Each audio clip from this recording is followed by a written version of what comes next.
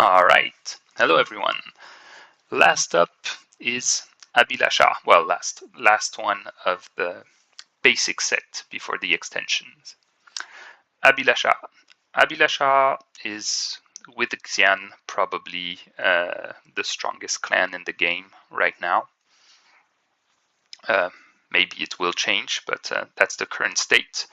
And that's mostly because of one ability, which is secret shifts. So quick reminder, what does secret shift do? When you have a card in play with secret shift, you can shift it with any card, not from your hand, but from your discard.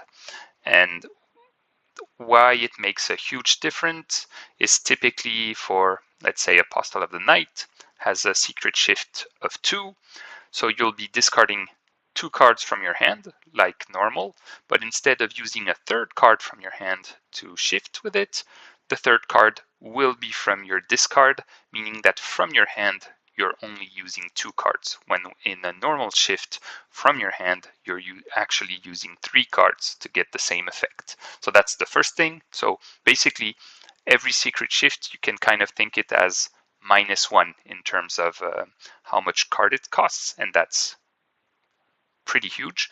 And the second is that instead of having the options of all maximum 7 cards in your hand, here you have the option of all up to, I'll say, 40 cards in your discard. Maybe 40 is a bit excessive, but basically you have access to all your discard, meaning that you can really go get any option you need to play that as best as you can. So this is what Abhilasha turns around and what it does. That's the first thing. The second, it's pre-oriented capture, and that with we'll see. Basically, you have one card level 1, one card level 2 that does captured, and then a card level 1 that can replay one of these effects, and that makes basically 5 cards that can capture. No, with the Silak, let's go with 6 cards that can capture in this clan. So those are the, I would say, 2 main directions of Abhilasha.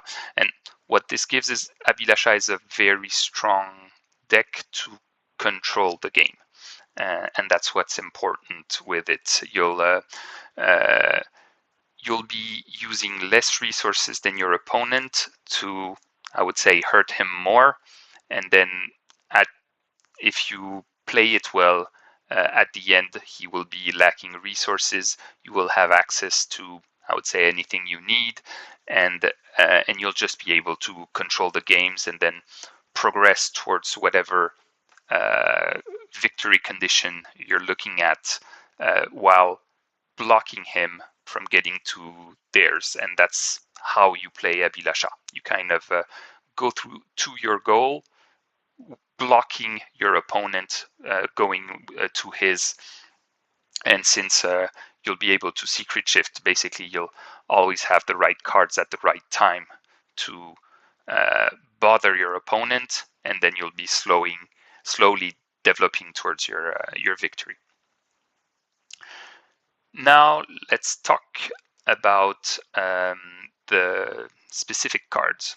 So first card is Apostle of the Night. So very simple card, but very strong card, especially when Rook is not passive, because basically you can capture or release, and the release is important, can also be important, any level 1 card. So this is useful when you need to draw, because you can capture any level 1 with bounty and then draw like this. This is important when you want to block a clan, a color from your opponent, and this can be also important to release one of your level 1 cards if you really need that to develop and to avoid paying 2 more cards to get that color into play. So it can be a bit defensive. Usually it won't. Usually it'll be, I would say, an aggressive capture, but that's how you play it. It's like Lava Goddess from Goansul, except you can also release if needed.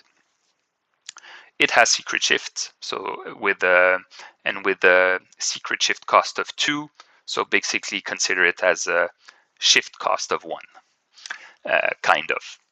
You still need 2 cards in your hand, but you only need 2 and you don't need 3. Interesting thing to do with that you can do with Apostle of the Night is if Rook passive is in play, which is currently pretty common, you can also capture one of your own cards. And this will have the effect, since all your cards in your hand will have Shadow Step, that means that you can open a new color for free if you capture a color where you have 2 cards. For example, I have 1 Apostle of the Night, I have 1 Navage and 1 Nakshatra. I'll capture one of my Navage, and then I can, next turn, I can play my 3rd color, let's say Phoenix, and I can play a Skis instead of the Navage for free without needing to pay the 2 cards to get that new color in play. So if capturing your opponent's card isn't sufficient enough, you can capture one of your own and make sure that you, and even if all your colors are in play, capturing one of your own, it's not very good in terms of tempo, but that means you can replay a card from your hand, a level 1 card from your hand for free, and without not having needed to shift it in play, even if you have your 5 cards, 5 level 1 cards already in play. So that can be nice. Second card is Guardian of the Night. Not much to say about that card. You'll probably want to have it early, since it has Recruiter and it will help you develop your game. And it has a fun effect, which is when this card is captured, your opponent must discard a card of their choice from their hand. And until the, I would say, Rook came in the game, that usually was just to scare your opponent and avoid having him capture your card, because sometimes he would still want to, but if he captures your card, he also has to discard a card, which is not very nice. Now, what you can do, since Rook is when Rook is in passive, let's say first turn you play Guardians of the Night, second turn you play your Nakshatra and hopefully bring back a level 1 in your hand. Third turn, you can play the Apostle of the Night, and you can capture your own Guardians of the Night.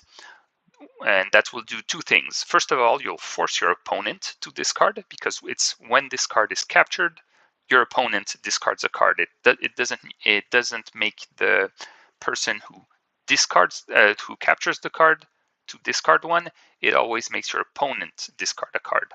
So capturing it with your Apostle of the Night will make your opponent discard a card. So that's the first thing.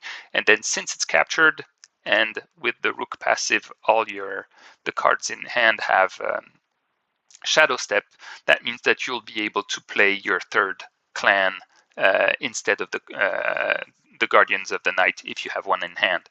And you'll have finished off your development without paying any additional cards. So the combination of these 2 can be a fun thing to do with the current meta. Third card is Dark Cultist. So Dark Cultist is one of the strongest level 1 cards of the game. Why? Basically because it can play level 3 effect cards. So Dark Cultist does what? Copy the effect of a card in this row or column. And the or column is very, very strong. So copy the effect in this row can often be strong. It's a little like Dancing Dragon, except you can only use it on your side, but sometimes that's already good enough. But the fact that you can also aim the column, meaning if you shift it underneath an Abhilasha, underneath a Goansul, underneath a Xian, underneath even a Galmi or a Nahashima, you will be able to play a level 3 effect, or a level 2 if you're looking for a level 2. That works as well, a Nityananda or even a Valin to play something on your opponent's side or something like that. And that makes it huge and a real strong play. And that's why it has bounty and will often be a target for your opponent. So that's Dark Cultist. Other thing important to know when you're playing Abhilasha is if Abu Nakashi is there in terms of passive. In that case, your Dark Cultist will only cost 1 in terms of secret shift.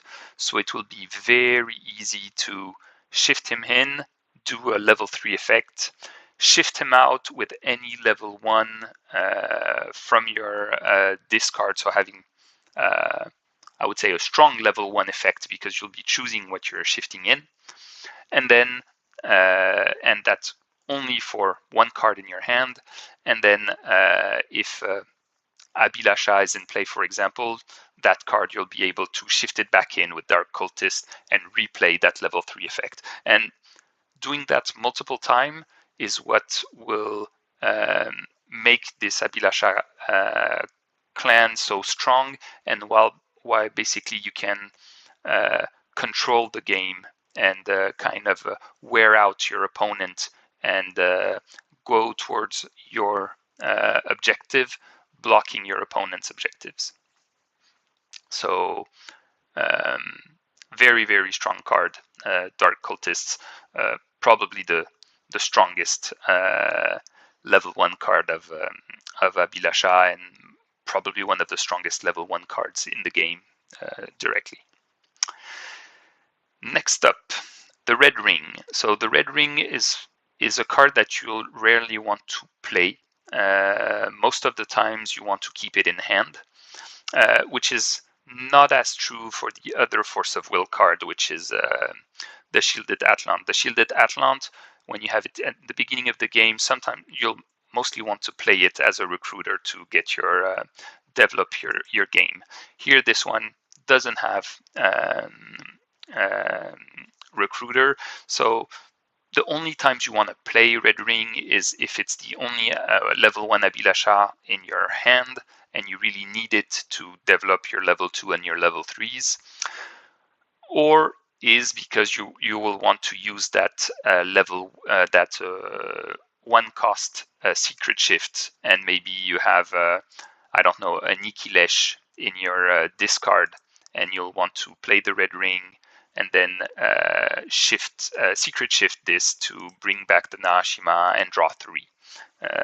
Those are the only 2 times you want to play it. Other than that, you'll keep it in your hand, and that can be very strong against Goansul, that can be very strong against Abu Nakashi, against Yasha and Onikiri. So it's a very strong card to defend yourself. And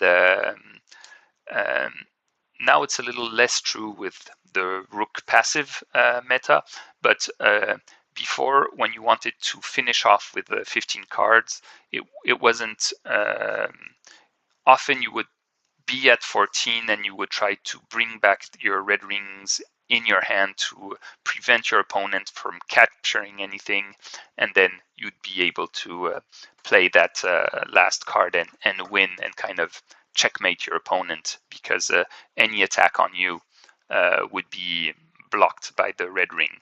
And playing Abhilasha against Goansul, sometimes finding the red ring pretty early was really the difference between a loss and a win, because with that red ring you could block that demon guardians that would really block you, and you would just discard the red ring, and then maybe later get it back with the Nashes or get it back with your other clan. Typically, if you're playing Narashima, Navaj is able to go get your 2 red rings back, and that can be useful against aggressive cards. I think red ring is going to become even stronger with Astraea, because in Astraea there's a lot of capture, a lot of destroy, and blocking it really can sometimes save your game. So very strong card. Last thing to note about the red ring, you can also use it with the Phoenix Byunja. When I talked about the Phoenix clan, I said that the Phoenix Byunja is the most powerful with the Justice passive, because if you manage to get the Ethereal on it and manage to get all your Phoenix out, then he won't be captured. You'll get the token and he won't be captured. Another way of doing it, if you don't have the Justice passive, is if you play it and typically you manage to get your 2 red rings back in hand. You play it and then use a red ring to prevent it from being captured, and you'll get the token. And next turn, if your opponent is still not able to attack one of your Phoenix or make you sacrifice that Byunja, for example, you'll be able to win another token. So this can help you win with the Phoenix Byunja. Next card is Alpha, and Alpha is even stronger now with that Rook passive meta. So Alpha, what does it do? When you play it into the game, you can take back 2 of your tokens, and then you capture Alpha. So that's one thing that is nice about Abhilasha, is that sometimes you're not afraid to use your token early because you have 1 card that will bring them back. Justice also has Petal Fairies, but Abhilasha is only on your side, and you can get your token back. And sometimes you're locked. You don't have. There's not much draw in Abhilasha. Sometimes you can abuse Eknalab for that, but other than capturing some bounty cards on your opponent's side, you only have Eknala, you only have Abhilasha, and you have your tokens that you can get back with Alpha Dead. So that's pretty strong, and it's even stronger now in the Rook meta, because having Alpha captured before could be an inconvenience if you were trying to win on the board, if you were trying to go to a 15-card victory. Now, if all your cards in your hand have Shadow Step, basically it means that it's an open slot for any color, any of your level 2 colors in your hand to play instead of Alpha, and that can be very strong. Typically, you're not managing to open one of your level 1 color, and you have a level 2 of that color that you really want to play. While you play Alpha, you get your 2 token back, it gets captured, and then you can play that level 2 instead of Alpha, and boom, you're ready to go. But so that's pretty strong. Where Alpha is a little less strong is when you're trying to play your Abhilasha. So basically you're trying to play your level 3. Well, that means that basically you only have 4 level 2s to get there, because Alpha, except if you're playing a red ring to avoid it being captured, which is a bit expensive, but sometimes might be needed. If he gets captured, then you won't have your level 2 to play your level 3 on top. So you have to be careful with that. Alpha can also be nice with the Justice passive. If you have the Ethereal, if Alpha is the last level 2 you play, then he won't be captured, because he will have and you haven't played any level 3, because he won't have the Ethereal token on it. So that can be nice. Another fun interaction to know about Alpha is if you play Alpha and have it uncaptured, however you manage to. Either you play the red ring, either you had the justice passive. Basically, you have turned a face-up alpha in your on your board. If your opponent plays a Valine or a Xian on it, he will get his 2 token back, and it's not his Valine or his Xian that will be captured. It will be your alpha, because alpha reads, let me put it back up, take up to 2 of your tokens back, then capture alpha dead, not capture the card that played that effect. So a Valine on your alpha will capture your alpha at the end of the turn. So fun little interaction to notice. Another quick thing, but it's once you play a lot, it'll be common sense. But if you're using your tokens, typically if you're using your tokens on cards of your board, it's better to have shifted those cards out before playing alpha. What do I mean?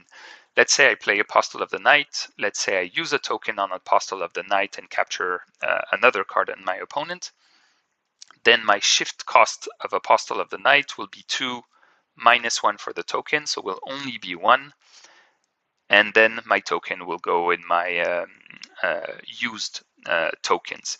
And with alpha, it's better to grab those used tokens than to grab tokens that are on the board and that are lowering the shift costs of your cards. So you can sometimes optimize a little and win, let's say, virtually win a card if you manage to use your tokens on your board and then shift out the card on your board with a new one before playing alpha and grabbing your tokens back again. Ashes is next. Ashes is nice because with Abhilasha, you like to have a lot of things in your discard. So you'll be pushing to put things in your discard, is either with Naashima or with draw or whatever, or just going forward in the game. And then with Ashes, you'll be able to go get 2 at the beginning, then 3, then eventually 4 cards from your discard back to your hand. So I've seen Ashes being played to go grab the 2 red rings to protect from Goansul and for example, but the thing is it can be any level. So typically if you have Abhilasha plus Xian, playing Abhilasha will let you grab Xian plus any other level 3s and put them in your hand, and that can be very strong. But any 2 level 2s of any clan can also have some nice combinations and so on. So Ashes pretty strong, and the token thing where you can grab 3 then 4, I would say this can work very well with the Xian Byunja. You rarely see Abhilasha plus Xian played by a single player. Most of the time when one takes Xian, the other one will take Abhilasha or other way around. But if you ever manage to get both and you're looking at a token strategy, well, if you manage to already unlock 1 or 2 tokens, Ashes becomes very, very strong to go get your Byunja. Or if you've unlocked a few tokens, Ashes can also be a very good way to fuel your hand to do secret shifts. So when you play Abhilasha, most of the times your important cards, you don't want to keep them in hand, you want to put them in your discard. So if you typically if you play a shard, it'll be the opposite as usual. Normally with the shard, you take the best card, you put it in your hand, and you put the 3 other cards in your discard. When you're playing Abhilasha, and if you have the Abhilasha passive, or if you're looking to play secret shifts, when you play a shard, you do the other way around. You take the worst card from shard and put it in your hand, and put the 3 best cards in your discard like that, you'll be able to play them with your secret shifts. And in that case, you don't, basically when you're playing secret shifts, you kind of don't care which cards are in your hand, as long as you have enough cards in your hand to play around with your secret shifts and impact the board. And Ashes, once you unlock a few tokens, really helps that. I mean, drawing three random cards from your discard just to be able to shift them out and shift your board cards in play and do some strong effects when you need them can be a way to control the game and win the game. Just to note that at least 3 of the level 2s from Abhilasha have a 3 secret shift card cost, which doesn't make it as overpowered as it could be. And Ashes, Alpha, and Silak are these 3. Next we have Silak. Silak, there isn't too much things to say. Silak, you either want to play it when your opponent has played a level 3 and you haven't yet, and in that case you're the only one capturing something. And if it's a Byunja, you're even drawing a card. Cool stuff. You can want to play it if you have a single level 3 and you have the Justice Ethereal token on it. In that case, you're safe, your opponent might not be, or if your opponent has 2 cards, if the Justice is passive, your opponent has 2 level 3s, then you can at least get one with the Silak, so that's another a way to play Silak. Sometimes you'll still want to play it even if your opponent captures one of your cards, either because, I don't know, you're playing Rook and you're able to have Shadow Step in your hand, and in that case it costs less for you to swap that level 3 than it costs your opponent, so that gives you an advantage. Or there's not many cards that captures level 3 cards in the game. There's Onikiri, there's Hempo, but you need to have at least one of the grand battles, and it's destroy. Both of them is destroy, not captured. There's Yasha that can capture a level 3, and Nitish if you're discarding a level 3 Abhyunja with it, for example. Other than that, you can have Fairy Petals if the level 3 you're targeting is Abhyunja. And then I think that's about it, taking out Xian that can kind of copy things, and Goansul, of course. So destroying a level 3 isn't something that happens too often, and sometimes you'll be looking for Silak because your opponent is playing a Byunja, which and is getting close to getting his 4th or his 5th token, and you really want to get that Byunja out of the way, and you'll be sometimes even ready to sacrifice one of your level 3s that are in play to do that. And that's one thing that Silak is able to do. Haven't seen much token plays on Silak because it's one of the cards where you can play an additional token on it. But sometimes it can be a very strong card to, let's say, win a round. If your opponent has passed, has 2 level 3s in plays, you have none. You play Silak, you gain 3 points, you capture one of his level 3s, you put a token on Silak, you capture another one, you've made a 13-point difference in 2 turns, and you have still a 3rd turn to try to win the round. But that's a pretty niche scenario. Can happen, but pretty niche scenario. Iknalab.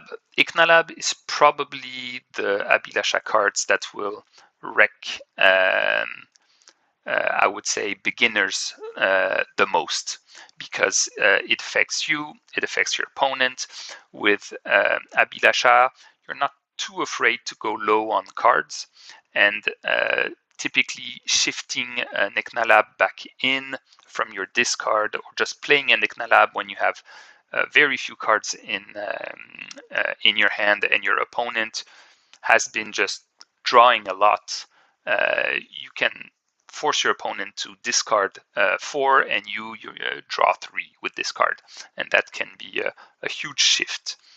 So Iknalab is very, very sneaky. I would say he's a very strong card, very sneaky card, and often beginners will be surprised by Iknalab, and you can just wreck them and kind of kill all their advantage, and then go for a control game and win from there. So if you're playing against Abhilasha, Iknalab is probably one of the cards you need to track the most, and try to see what happens now if my opponent plays an Iknalab. Is Iknalab in my opponent's graveyard, and can he secret shift it back? Yes, no, and what would be the impact on my side? Iknalab, very strong. Solok, very nice card, especially when a rook is not passive. Then it's very good to be able to capture a level 1 or level 2, or to release a level 1 or level 2. Sometimes Solok is the card that you'll need to get to your 15 cards and release the last card. You've played all 15, but you have a level 2 captured. Then Solok will help you release it and help you win the game. Nothing much to say about Solok other than that. It's like Apostle of the Night, but level 2, and it's very similar to Alpha in Go and Soul. Alpha can target level 3s when you win a grand battle. Solok can release a level 1 or a level 2 from the start. And then, of course, Solok has a secret shift and only has a 2 of cost, like Iknalab. And so these are cards that are easier to secret shift. And I would say that's what makes Solok that strong, is that you can play it and then you can secret shift for not too high of a cost to change it with any solution you have in your discard. Abhilasha. So Abhilasha is really, really, really strong. You copy the effect of a card from any discard pile, so yours or your opponent's, and you remove the copied card from the game. So 2 things. First of all, when you play Abhilasha, you can have a huge impact on the board, because you'll be able to play any card from any discard, which is kind of what Xian is, any card in play. Abhilasha is any card in the discard. And so both, basically when you play them, you have many, many options, and that's what gets this card so strong. Other thing with Abhilasha is that you're not just playing that card, you're also removing that card from the game, meaning that sometimes you'll be playing Abhilasha to take the win conditions out of your opponent's deck, and that can be a very strong strategy, especially if you're trying to control the game. Basically, you're taking everything out of his deck that could make him win, and at the end, he basically can't do anything really impactful, and you'll just be slowly moving towards your victory. Your victory, and he can't do anything about it. So that's one thing to think about when you're playing Abhilasha. You're playing against tomorrow, you take ease out, and then he might have no other ways to exile Neye, and his token victory becomes a lot harder. You're playing Abhilasha against Galmi, and you're seeing that he's starting to pile secret corruption tokens on you. You take out Galmi, and he won't have any way to get that passive in play. and he might not have any way to get that passive in play, and you're safe from that. Important thing to know about Abhilasha is that you can only target cards that have an effect. So you'll never be able to get a Byunja out of the game with Abhilasha. It needs to have white text to be taken out. And same thing, you'll never be able to take the panda out. So if you're playing Abhilasha plus Justice, you won't be able to exile your panda yourself with Abhilasha. So it's an important thing to note. And a thing that I would say newer player are kind of scared to do, but can sometimes be very impactful, is don't hesitate to take out cards from your discard if that's the strongest play. If you're taking a card out of your discard and it's making you win in the next 4 or 5 turns, you don't care that it's been exiled. It's you won't be able to play it again anyways because you will have won in 4 or 5 turns. So sometimes when there's nothing too good in your opponent's discard, don't hesitate to take one of your cards just to have an impact on the board, an impact on your opponent, and bring you towards victory. So that's an important way to play Abhilasha. And once Abhilasha, and I haven't even talked about his passive yet. His passive is going to give secret shift to all of your cards on the board. So this won't affect the Abhilasha cards because all the others, except for the Byunja, already has secret shift. But that means that your 2 other clans will also have secret shifts, and meaning you'll be able to swap any card from your board with your discard, and that becomes huge. And basically the possibilities that you get are going to be very enormous, and that's why Abhilasha can be hard to play perfectly, because you get so many options that it's hard to always make the best decision. Always making a strong decision is quite possible. Always making the best decision gets very hard. And once it's in play, that's also when you can start to abuse the Dark Cultist, because whatever the level 1 card underneath Abhilasha is, even if it's from another clan, you can shift it out. And if you have your Dark Cultists in your discard, you can shift those Dark Cultists back in, replay Abhilasha, the Abhilasha effect, exile a card, have a strong impact, and do it again. And when you're in a fight, Abhilasha versus Xian,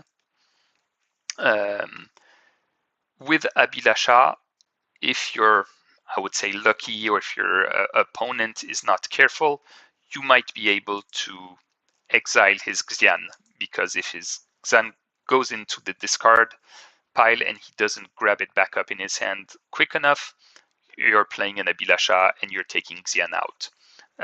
No questions asked. And that's one thing you can do with Abhilasha against Xian.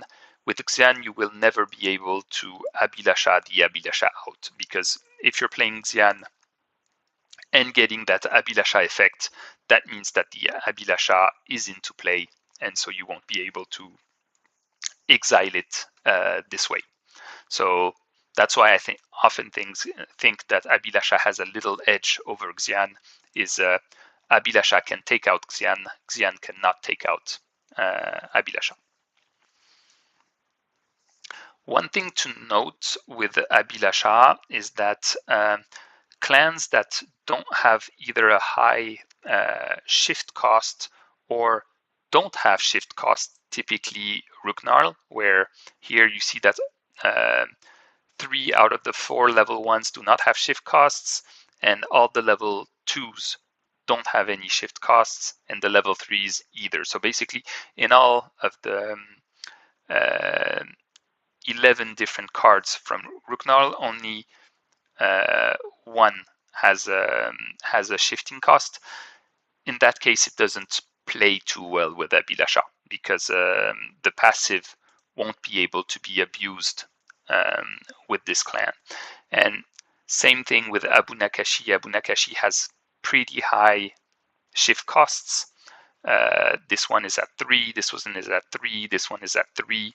This one don't have any shift cost unless you've played Abhilasha, and only this one but has Abomination, which is kind of an abomination, and these two, which are not so strong level ones, have a lower shift cost. So I find that Abu Nakashi and Ruknarl are not always the best clan to go with Abhilasha because the Abhilasha passive will not be so impactful with them. And typically, if you play Abhilasha and you have a Ruknarl level 1, except for Necrogob, but one of the other Ruknarl underneath it, that means that you won't be able to shift in a Dark Cultist and start abusing by doing many Abhilasha hits on your opponent and taking away all his strong cards and all his victory conditions. So one thing to keep in mind.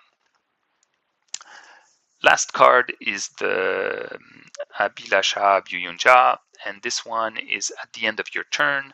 If your opponent has 3 or more capture cards, unlock a token and then release all their cards.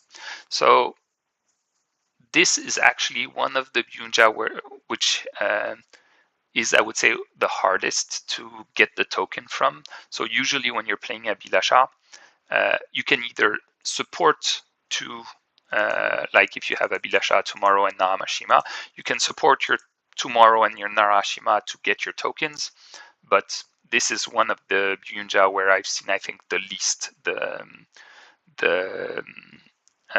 token trigger with this, especially with Rook as a passive, because with Rook as a passive, your opponent, when he has captured card, will just shadow step new cards in, and you'll never be able to activate this Byunja. Without Rook as a passive, then yes, it can happen a little more.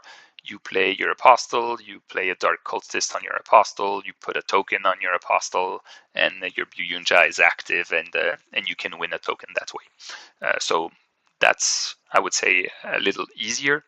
But you also need to remember that when you play that Byunja, basically you're putting 5 points of army, but you're also giving a lot back to your opponent. So if this is your last token, it's not a problem. If your opponent has passed, often it's not a problem, because you'll be able to play it, and then with that token you might be able to recapture something by playing that token on Solok, for example, or maybe you still have ways to win that round. But this Byunja can be dangerous, and be careful with that. And if your opponent is going to 15 cards, also be careful. If you play that Byunja, you might just give him the victory if he has played the 15 cards and just have some that are captured. That Byunja will give him the victory, unless you're unlocking your last token, and in that case you will win before him. But can be problematic. Now, Abhilasha with other clans. So like I said, Abhilasha, first of all, likes cards that have shift costs. So Abhilasha, I find it a little weaker with the Rook. I find it a little weaker with Abu Nakashi. Doesn't mean they can't play together, but I find it that they don't work as well together this way. Abhilasha, other than that, is a pretty strong support for any clan, and typically Abhilasha plus Justice can be very strong because, as I said when I was describing Justice is basically a toolkit, and Abhilasha having that toolkit in its discard will just let you control the game and win from there. Abhilasha with Galmi is also pretty strong because all the Galmi cards will give you Wondrous, which will make your Secret Shift cost even less. So a Secret Shift is already just 2 cards and is using 2 cards instead of 3. You have Wondrous, you're only using 1 card instead of 3, and it's becoming even stronger. Abhilasha and Narashima is a good match because you'll be with the Narashima, you'll be able to put things in your discard, and that will help Abhilasha become stronger during the game. Abhilasha and Xian is definitely a good combination, but it's pretty rare to have them. Abhilasha and Goansul can be a very aggressive combination.